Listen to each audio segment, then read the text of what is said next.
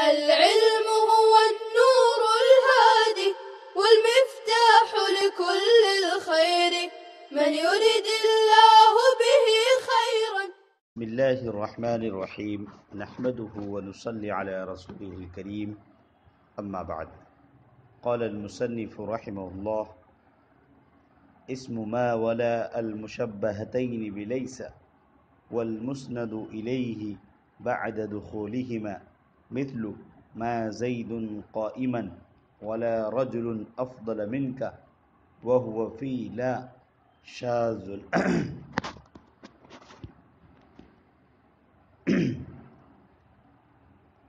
اس ما اور لا کا اسم جو لیس کے ساتھ مشابہت رکھتے ہیں.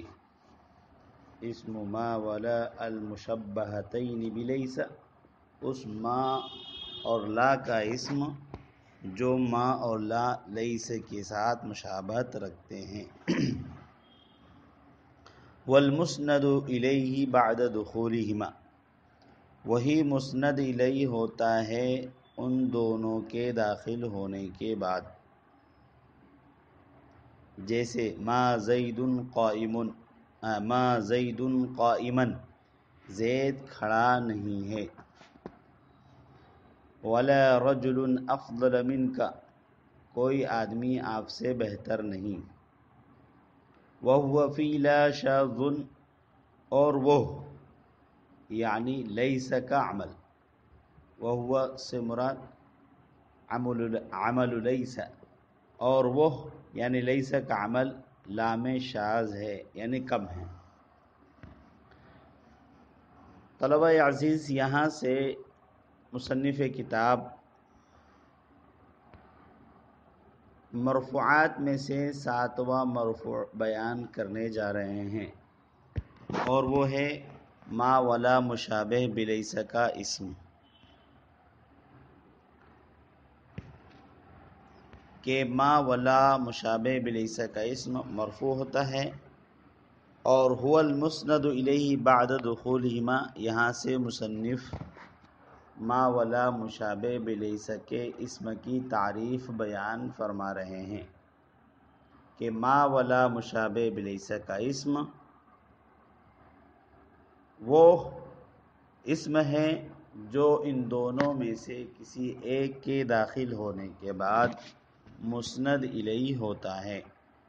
جیسے ما زید قائم، اس مثال میں دیکھیے ما مشابہ بلیسا، زید اس کا اسم ہے اور قائما اس کی خبر ہے. ما مشابہ بلیسا اپنے اسم اور خبر سے مل کر جملہ اسمیہ خبریہ ہوگا. اسی طرح لا رجل افضل منک، لا مشابہ بلیسا، رجل اس کا اسم، افضل اسم تفضیل، اور منک جار مجرور مل کر افضل سے متعلق ہو کر خبر. لا اپنے اسم و خبر سے مل کر جملہ اسمیہ خبریہ ہوا. ما ولا مشابہ بلیسا، ما ولا کو جو نام رکھا ہے کہ جو لیس کے ساتھ مشابہت رکھتے ہیں، تو ما ولا مشابہ بلیسا کیوں کہتے ہیں؟ یعنی لیس کے ساتھ ان کی مشابہت کیا ہے؟ تو لیس کے ساتھ ان کی مشابہت 3 طرح کی ہے. ایک معنی کے اعتبار سے، معمول کے اعتبار سے، اور عمل کے اعتبار سے. 3 طرح سے ما ولا یہ لیس کے ساتھ مشابہت رکھتے ہیں. ایک تو معنوی مشابہت ہے کہ جس طرح لیس کلام میں نفی پیدا کرتا ہے، ایسے ہی ما اور لا بھی کلام میں نفی کے لیے آتے ہیں. جیسے لیس زید قائما، تو ایسے ہی ما زید قائما، یہ بھی نفی کی معنی کیا کہ زید کھڑا نہیں ہے. ما زید قائما، زید کھڑا نہیں ہے، نفی کے معنی دی. لا رجل افضل منک، کوئی آدمی تجھ سے افضل نہیں ہے، تجھ سے بہتر نہیں ہے، تو یہاں پر بھی نفی کے معنی. تو ایک معنوی مشابہت ہے کہ لیسا جیسے نفی کلام میں نفی کے معنی پیدا کرتا ہے، ایسے ہی یہ دونوں بھی نفی کے لیے آتے ہیں. معمول کے اعتبار سے مشابہت، کہ جس طرح لیس مبتدا خبر پر داخل ہوتا ہے اور ان کو اپنا معمول بناتا ہے، اسی طرح ما والا بھی مبتدا خبر پر داخل ہو کر اپنا معمول بناتے ہیں۔ اسی طریقے سے ایک عملی مشابہت ہے کہ جس طرح لیس مبتدا خبر پر داخل ہو کر مبتدا کو اپنا اسم بنا کر رفع دیتا ہے اور خبر کو خبر بنا کر نصب دیتا ہے، اسی طرح یہ دونوں بھی یہی عمل کرتے ہیں کہ مبتدا کو اپنا اسم بنا کر رفع دیتے ہیں اور خبر کو اپنی خبر بنا کر نصب دیتے ہیں۔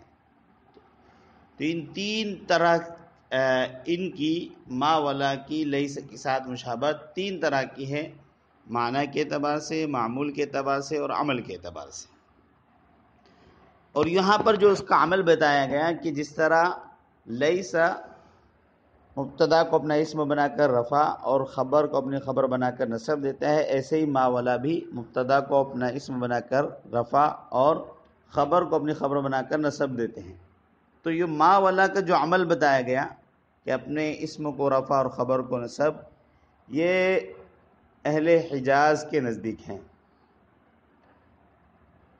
ورنہ بنو تمیم ما والا کا عمل سرے سے مانتے ہی نہیں۔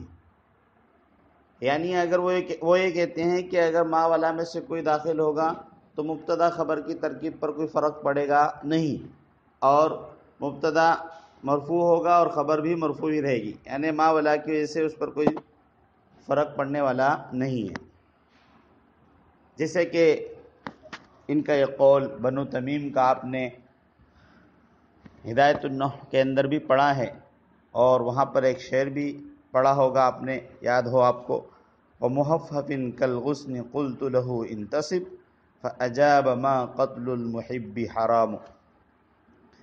یہ بنو تمیم اپنے اس قول کے بارے میں کہ ما والا یہ عمل نہیں کرتے، اس پر بطور استشہاد اور دلیل کے یہ شعر پیش کرتے ہیں اور کہتے ہیں کہ دیکھیے یہاں پر اس شعر میں ما قتل المحب حرام، ما اگر عمل کرتا تو ما قتل المحب حرامن ہوتا، اس لیے کہ ما قتل المحب مضاف الیہ مل کر اس کا اسم اور حرامن اس کی خبر ہے، تو حرامن نہیں ہوتا بلکہ حرامن ہوتا۔ یہاں پر تو ہے ما قتل المحب حرام، تو مرفوع ہے، حرامن نہیں ہے، لہذا وہ کہتے ہیں کہ ما والا یہ عمل نہیں کرتے۔ لیکن اہل حجاز کا مذہب راجح ہے، اس لیے کہ قرآن بھی ان کی لغت میں اترا ہے اور قرآن اہل حجاز ہی کے قول کی تائید کرتا ہے۔ کیسے؟ قرآن کریم کی ایک آیت ہے ما ھذا بشرا، یہاں پر آپ دیکھیں کہ بشرن جو منصوب ہے وہ ما کی خبر ہونے کی وجہ سے ہے، لہذا اہل حجاز کا مذہب راجح ہے۔ ما والا کے اندر کچھ فرق ہے، اگرچہ ما والا دونوں کا عمل ایک ہے، دونوں نفی کے معنی دیتے ہیں، اور اسی طریقے سے دونوں کا معمول ایک ہے کہ مبتدا خبر پر داخل ہوتے ہیں، یعنی ما والا مبتدا خبر پر داخل ہوتے ہیں، دونوں کا معمول ہے کہ دونوں کا عمل ہے کہ اپنے اسم کو رفع اور خبر کو نصب، اس طریقے سے دونوں نفی کے معنی دیتے ہیں، اس کے باوجود بھی ما اللہ کے اندر فرق ہے۔ ایک فرق تو یہ ہے کہ لا کا اسم ہمیشہ نکرہ ہی آئے گا، لا کا اسم ہمیشہ نکرہ ہوگا، اور ما کا اسم معرفہ اور نکرہ دونوں آ سکتا ہے، لہذا آپ یہ بھی کہہ سکتے ہیں ما زید قائما ما رجل افضل منک، معرفہ اور نکرہ دونوں لا سکتے ہیں، لیکن لا کا اسم ہمیشہ نکرہ ہوگا، جیسا کہ آپ نے مصنف نے جو مثال دی اس سے بھی آپ کو سمجھ میں آ رہا ہوگا کہ آپ مصنف نے مثال دی ہے لا رجل افضل منک، تو نکرہ کی مثال دی، لہذا لا معرفت پر داخل نہیں ہو سکتا، لا زید قائما نہیں کہہ سکتے، یہ ایک فرق۔ دوسرا فرق یہ ہے کہ ما جو ہے صرف حال کی نفی کے لیے آتا ہے، جیسے ما زید قائما کے معنی ہے کہ زید ابھی فی الحال کھڑا نہیں ہے، اور لا جو ہے یہ مطلق نفی کے لیے آتا ہے، اس میں کسی زمانے کی کوئی قید نہیں ہوتی ہے، جیسے لا رجل افضل منک، کبھی بھی کسی بھی زمانے میں کوئی بھی مرد اس سے افضل نہیں ہے، بہتر نہیں ہے، تو یہ زمانے کی قید سے دور ہے، یعنی زمانے کی قید اس میں نہیں ہے۔ تو ایک فرق یہ ہے کہ ما یہ حال کی نفی کے لیے آتا ہے اور لا یہ مطلق نفی کے لیے آتا ہے۔ تیسرا فرق یہ ہے کہ لا کی خبر پر حرف جر با حرف جر داخل نہیں کر سکتے، لیکن ما کی خبر پر با حرف جر داخل کیا جا سکتا ہے، لہذا آپ یہ کہہ سکتے ہیں ما زید بقائم، ما زید بقائم، تو با حرف جر خبر پر داخل کر سکتے، لیکن لا کی خبر پر آپ با حرف جر داخل نہیں کر سکتے، جیسے لا رجل بافضل منک، یہاں پر با حرف جر لا کی خبر پر داخل نہیں کر سکتے۔ خیر بہرحال آگے مصنف نے ایک بات بیان کی ہے، وَهُوَ فِي لَا شَاذٌ،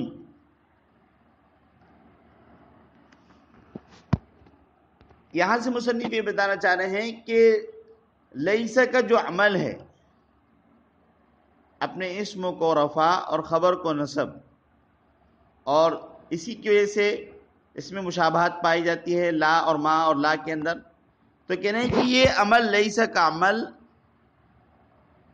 یہ لا کے اندر شاذ ہے، کم ہے، کیوں؟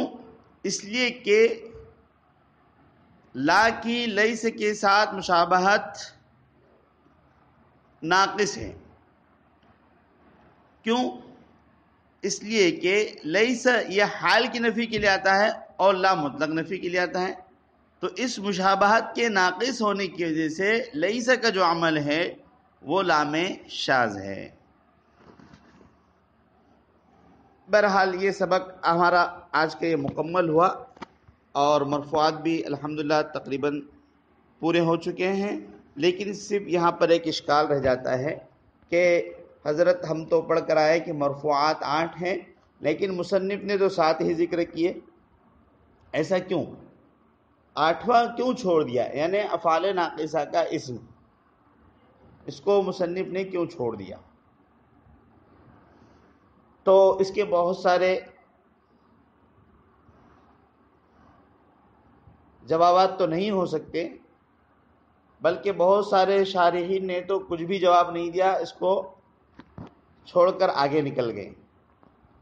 کچھ حضرات نے جواب دیا ہے اس کا، اور اس کا جواب یہ ہے کہ جب صاحب کتاب نے، مصنف کتاب نے، علامہ ابن حاجب نے ما ولا کا اسم اور وہ ما ولا جو لیس کے ساتھ مشابہ تھے اس کو ذکر فرمایا، تو اس سے ضمنی طور پر یہ بات خود بخود معلوم ہو گئی کہ جب مشبہ یعنی ما ولا کا اسم مرفوع ہوتا ہے تو لازمی طور پر مشبہ بھی یعنی لیسا اور اس کے اخوات افعال ناقصہ کا اسم بھی مرفوع ہوگا۔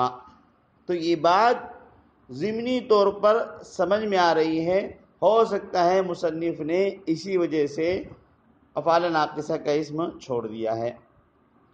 اور ایک جواب یہ بھی دیا جا سکتا ہے کہ جیسے کہ بعض حضرات نے افعال مقربہ کے اسم کو بھی مرفوعات میں شامل کیا ہے، لہذا اس اعتبار سے دیکھیں تو 9 ہو جاتے ہیں کہ افعال مقربہ کا اسم بھی مرفوع ہوتا ہے، جیسے عسى زید ان یخرج، تو بعض حضرات نے افعال مقربہ کے اسم کو بھی مرفوعات میں شامل کیا ہے۔ اس طرح اگر دیکھا جائے تو ٹوٹل اور کل تعداد مرفوعات کی 9 ہو جاتی ہے۔ بہرحال الحمدللہ اللہ تعالیٰ نے عافیت کے ساتھ مرفوعات کی بحث مکمل فرما دی۔ اللہ تعالیٰ ہم سب کو علم نافع عطا فرمائیں، ہمارے اس پڑھنے پڑھانے کو بے انتہا قبول فرمائیں، غلطیوں کوتاہیوں کو اللہ معاف فرمائیں۔ صلی اللہ تعالی علی خیر خلق محمد وعلى آله وصحبه اجمعين۔ السلام عليكم، لا تنسوا الاعجاب بالفيديو والاشتراك في القناة تشجيعا لنا لنستمر بنشر المزيد إن شاء الله.